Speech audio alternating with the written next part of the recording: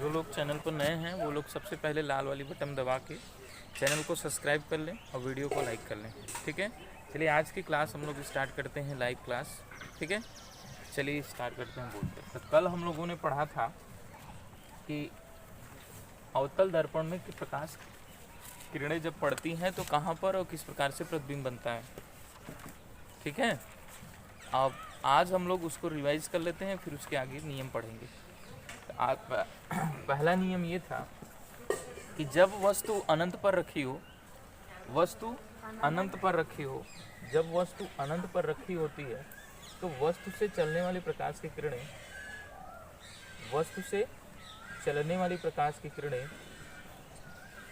टकराने के बाद मुख्य फोकस से होकर जाती है। सबको पता है? बोलिए, पता है? हाँ। तो यहाँ पर जो है, यदि वस्तु अनंत पर रखी हो तो उसका प्रतिबिंब कहाँ बनेगा? मुख्य फोकस F पर। यदि वस्तु अनंत पर रखी हो तो उसका प्रतिबिंब कहाँ बनता है?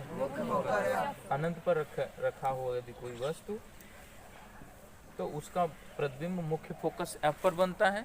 और यह अत्यंत सूक्ष्म अर्थात बिंदु साइज का बनता है। कितना? बिंदु साइज का बनता है। ठीक है, बिंदु साइज का बनता है। और यह वास्तविक तथा उल्टा होता है। कैसा होता है? वास्तविक तथा उल्टा होता है। ये पहला नियम। यानी कि यदि वस्तु अनंत पर रखी हो, यदि वस्तु अनंत पर रखी हो तो उसका प्रतिबिंब मुख्य फोकस F पर, मुख्य फोकस F पर अत्यंत छोटा बिंदु साइज का, अत्यंत छोटा बिंदु साइज का वास्तविक तथा उल्टा बनता है। ठीक है, ये पहला था। चलिए दूसरा नियम देखते हैं। हमने पढ़ा था कि यदि वस्तु वक्रता त्रिज्या, वक्रता केंद्र के परे हो, यदि वक्रता केंद्र के, तो यदि वस्तु कहाँ हो? वक्रता केंद्र के परे। यदि वक्रता केंद्र के परे, जैसे मान लीजिए ये आपका वक्रता केंद्र है और वस्तु आपकी मान लीजिए यहाँ पर, वस्तु कहाँ है? यहाँ पर। तो यहाँ से जब प्रकाश किरण चलेगा इस प्रकार से टकरा कर कहाँ से जाएगा? मुख्य फोकस से। और यदि वक्रता केंद्र से कोई प्रकाश किरण जाएगी तो वापस उसी मार्ग से आती है, सबको पता है। तो यहाँ एक दूसरे को ये काट हुई है तो प्रतिबिंब यहीं पर बनेगा। तो किस प्रकार से बनेगा? उल्टा बन जाएगा। कैसा बनेगा? उल्टा बन जाएगा। तो हम लोगों ने एक चीज समझा कि यदि वस्तु वक्रता केंद्र के परे हो, यदि वस्तु वक्रता केंद्र के परे हो, वक्रता केंद्र के परे, परे मतलब दूर, यदि वस्तु वक्रता केंद्र के परे हो तो उसका प्रतिबिंब मुख्य फोकस F, मुख्य फोकस F और वक्रता केंद्र, मुख्य फोकस F और वक्रता केंद्र C के बीच बनेगा। और वस्तु से छोटा, वस्तु से छोटा और वास्तविक और उल्टा, वास्तविक और उल्टा, वास्तविक एवं उल्टा बनेगा, वास्तविक एवं उल्टा बन जाएगा। ठीक है, तीसरा वाला हम लोगों ने पढ़ा था। तीसरा कौन सा? तीसरा हम लोगों ने ये पढ़ा था कि यदि वस्तु कहाँ हो? वक्रता केंद्र पर ही हो। यदि वस्तु कहाँ हो? वक्रता केंद्र पर हो। यदि वस्तु कहाँ हो? वक्रता केंद्र पर हो तो उसका प्रतिबिंब, उसका प्रतिबिंब वक्रता केंद्र पर ही और उल्टा समान साइज का। कैसा? समान साइज का बनेगा। यदि वस्तु वक्रता केंद्र C पर हो, यदि वस्तु वक्रता केंद्र C पर हो तो उसका प्रतिबिंब वक्रता केंद्र पर ही, यदि वस्तु वक्रता केंद्र C पर हो तो उसका प्रतिबिंब वक्रता केंद्र पर ही, उसका प्रतिबिंब वक्रता केंद्र पर ही समान साइज का। कैसा? समान साइज का वास्तविक एवं उल्टा, वास्तविक एवं उल्टा बनेगा। कैसा बनेगा? वास्तविक एवं उल्टा। देखिए ये प्रतिबिंब, देखिए यहाँ यहीं पर बना, लेकिन कैसा बना है? उल्टा। जैसे कि ये मान लीजिए AB प्रतिबिंब है, तो यहाँ पर A' B' प्रतिबिंब बन गया। AB कोई बिंब है, या बिंब मतलब वस्तु, बिंब बने वस्तु। तो यदि कोई वस्तु AB है तो उसका प्रतिबिंब यहीं पर बनेगा A' B', यानी कि उल्टा बन जाएगा। कैसा बन जाएगा? उल्टा बन जाएगा। क्लियर? तो ये तीन नियम हम लोगों ने पढ़ा था। अब आगे चलते हैं, चौथा नियम की चर्चा करेंगे। लास्ट देख लेते हैं, छठवीं स्थिति में क्या होता है। ठीक है,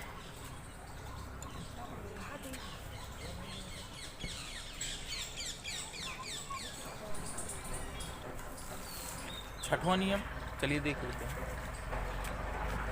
कि यदि वस्तु कहाँ पर रखी हो, ये क्या है, ध्रुव। ध्रुव किसे कहते हैं, दर्पण का मध्य बिंदु दर्पण का ध्रुव कहलाता है। तो दर्पण का क्या है, मध्य बिंदु है, ये क्या है, ध्रुव। और ये क्या है, मुख्य फोकस किसे कहते हैं, दर्पण का मुख्य फोकस किसे कहते हैं, अवतल दर्पण का मुख्य फोकस किसे कहते हैं,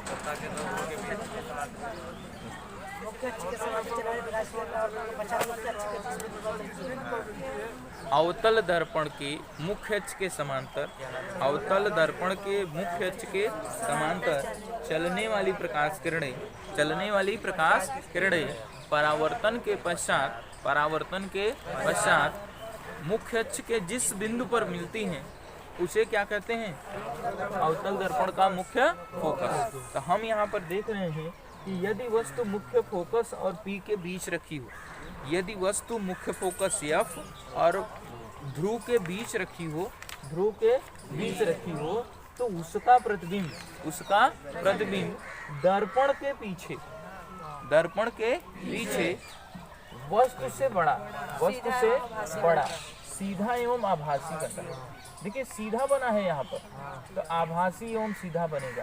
क्योंकि अब देखिए ध्यान से सुनिएगा, इस तरफ प्रकाश किरणें मिलेंगी नहीं, क्योंकि ये देखिए ऐसे चली जा रही है और ये ऐसे चली जा रही है, तो काटेंगी ही नहीं। जब काटेंगी नहीं तो इनका प्रतिबिंब बनेगा नहीं, और जब प्रतिबिंब नहीं बनेगा तो भाई इस बार की सवाल ही नहीं उत्पन्न होता। तो हम उसके विपरीत साइड देखते हैं तो हमको यह ऐसा आभास होता है कि प्रकाश किरणें यहाँ से आकर यहाँ से चल रही हैं। दोनों किरणें कहाँ चल रही हैं, इस बिंदु से यहाँ मिलती हुई प्रतीत होंगी। तो यही स्थिति ऐसी है, अवतल दर्पण में सिर्फ और सिर्फ एक स्थिति ऐसी है जहां पर प्रतिबिंब आभासी एवं सीधा बनता है। आभासी एवं सीधा बनता है कब, जब वस्तु मुख्य फोकस F और ध्रुव के बीच रखी हो। यदि वस्तु मुख्य फोकस F तथा ध्रुव के बीच रखी हो, तो उसका प्रतिबिंब दर्पण के पीछे वास्तविक आभासी एवं उल्टा, ये आभासी है क्योंकि इस तरफ बनेगा ही नहीं, वास्तविक एवं आभासी एवं सीधा बनेगा, आभासी एवं सीधा। देखिए वस्तु ऐसी है तो प्रतिबिंब भी ऐसे ही बना है, लेकिन बहुत बड़ा बना है। इससे बड़ा बना है कि नहीं, ये वस्तु इतनी ही बड़ी है, बस प्रतिबिंब इतना बड़ा बन गया। यानी कि यदि वस्तु मुख्य फोकस F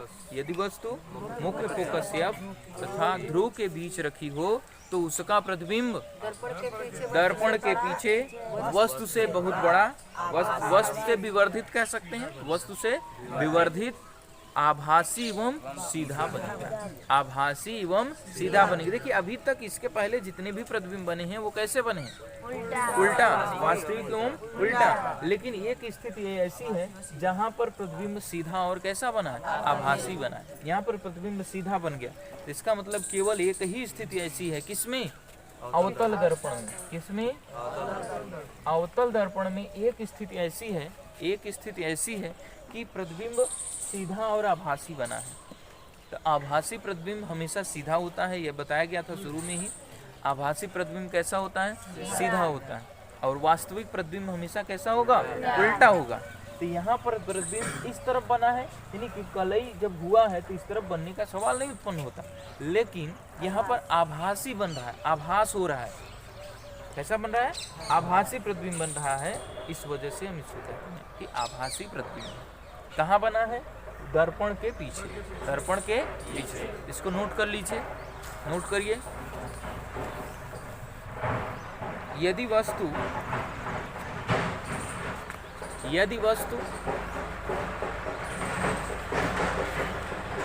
मुख्य फोकस F तथा ध्रुव के बीच, यदि वस्तु मुख्य फोकस F तथा ध्रुव के बीच रखी हो, यदि वस्तु मुख्य फोकस F तथा ध्रुव के बीच रखी हो, तो उसका प्रतिबिंब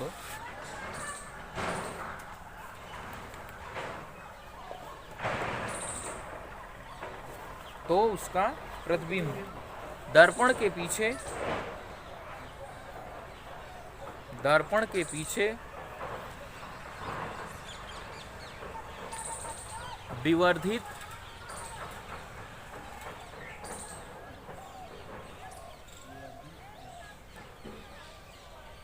आभासी एवं सीधा बनेगा। आभासी एवं सीधा बनेगा।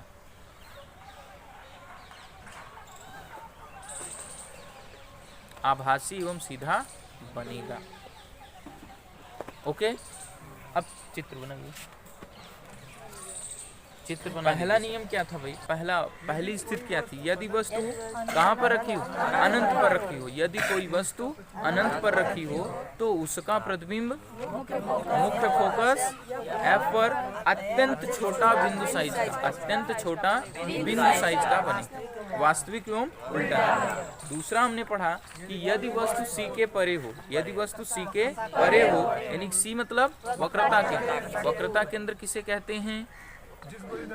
गोले दर्पण जिस गोले का भाग होता है उसका केंद्र वक्रता केंद्र कहलाता है। गोली दर्पण जिस गोले का भाग होता है उसका केंद्र दर्पण का वक्रता केंद्र कहलाता है। तो यदि वस्तु कहाँ रखी हो? वक्रता केंद्र से परे रखी हो, दूर रखी हो, तो उसका प्रतिबिंब वक्रता केंद्र और मुख्य फोकस के बीच बनता है। कैसा बनता है? वस्तु से छोटा, वास्तविक एवं उल्टा बनेगा। ठीक है। तीसरा नियम हमने पढ़ा कि यदि वस्तु वक्रता केंद्र पर हो तो उसका प्रतिबिंब वक्रता केंद्र पर ही समान साइज का वास्तविक एवं उल्टा बनेगा। कहाँ पर रखी हो? यदि वस्तु वक्रता केंद्र पर हो तो उसका प्रतिबिंब वक्रता केंद्र पर ही बनेगा, समान साइज का वास्तविक एवं उल्टा बनेगा। चौथी स्थिति हमने क्या पढ़ा कि यदि वस्तु वक्रता केंद्र और मुख्य फोकस F के बीच रखी हो, यदि वस्तु वक्रता केंद्र और मुख्य फोकस के बीच रखी हो तो उसका प्रतिबिंब कहाँ बनेगा? वक्रता केंद्र से परे, अत्यधिक विवर्धित यानी कि बड़ा बनेगा, अत्यधिक विवर्धित, वास्तविक एवं उल्टा। पांचवा नियम क्या पढ़ा कि यदि वस्तु मुख्य फोकस F पर हो तो उसका प्रतिबिंब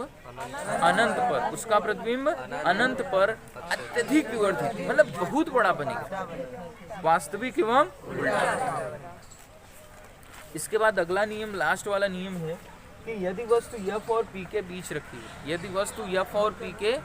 रखी हो, तो उसका प्रतिबिंब दर्पण के पीछे वस्तु से बहुत बड़ा, सीधा एवं आभासी एवं सीधा बनेगा। ये 6 नियम आपका था किसमें?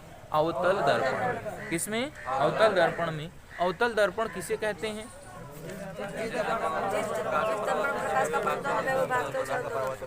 जिस दर्पण में प्रकाश का परावर्तन जो है दबे हुए भाग से होता है उसी को हम लोग क्या बोलते हैं?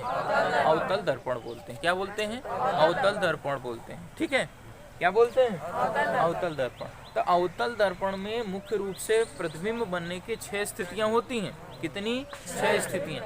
6 स्थितियों के बारे में हम लोगों ने चर्चा कर ली। अब इसके बाद हम लोग आगे चर्चा करेंगे उत्तल दर्पण की। किसकी? उत्तल दर्पण की। उत्तल दर्पण किसे कहते हैं? जिस दर्पण में प्रकाश का परावर्तन उभरे हुए भाग से, यानी कि या ऐसे कह सकते हैं जिस दर्पण का परावर्तक पृष्ठ उभरा हुआ हो, जिस दर्पण का परावर्तक पृष्ठ उभरा हुआ होता है उसे हम लोग क्या बोलते हैं? उत्तल दर्पण बोलते हैं। ठीक है, क्या बोलते हैं? उत्तल दर्पण। तो उत्तल दर्पण के विषय में हम लोग जो है अब इसके पहले वाले नियम कानून तो पढ़ चुके हैं। अब उसमें प्रतिबिंब कैसा बनता है इसके विषय में हम लोग चर्चा करने वाले हैं। ठीक है, बोलिए, चले आगे।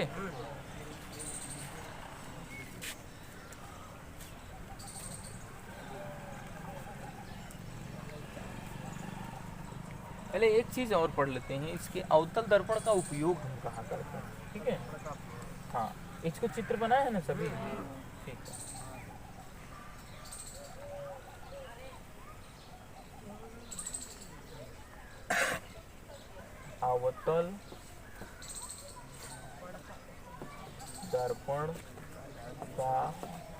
उपयोग। क्या? अवतल दर्पण का उपयोग। तो अवतल दर्पण का उपयोग देखिए सामान्य रूप से हम लोग टार्च में करते हैं। कहाँ करते हैं? टार्च जब जलाते हैं तो आप उसके ऊपर उसके आगे वाले भाग पे आप एक शीशा देखेंगे। शीशा मतलब दर्पण। तो कौन सा दर्पण होता है? अवतल दर्पण होता है। अवतल दर्पण का प्रयोग इसलिए किया जाता है क्योंकि प्रकाश किरणों को एक साथ जो है वो भेजने का काम करता है, चिटकाता नहीं है, एक साथ भेजने का काम करता है। समझ रहे हैं कि नहीं? तो इसीलिए हम वहाँ पर कौन से दर्पण का उपयोग करते हैं? अवतल दर्पण। सर्च लाइट आपने देखा होगा कि जब गटर वगटर में घुस जाते हैं या कहीं खदान वगैरह में घुस जाते हैं तो हेलमेट सा पहने रहते हैं, उसी पे लाइट लगी रहती है यहाँ सर पे, देखे होंगे। तो उसको सर्च लाइट बोला जाता है। क्या बोला जाता है? Search light. और उस सर्च लाइट का प्रयोग अब देखिए हाथ में कुछ सामान लिए हैं तो जो है आप मुंडी इधर उधर करेंगे तो आपको दिखाई देगा जो भी चीज़ें हैं, तो उसको हम लोग क्या बोलते हैं? Search light. और उसका प्रयोग कौन से दर्पण का उपयोग होता है उसमें? अवतल दर्पण का उपयोग किया जाता है। ठीक है। और कहाँ हम लोग कर सकते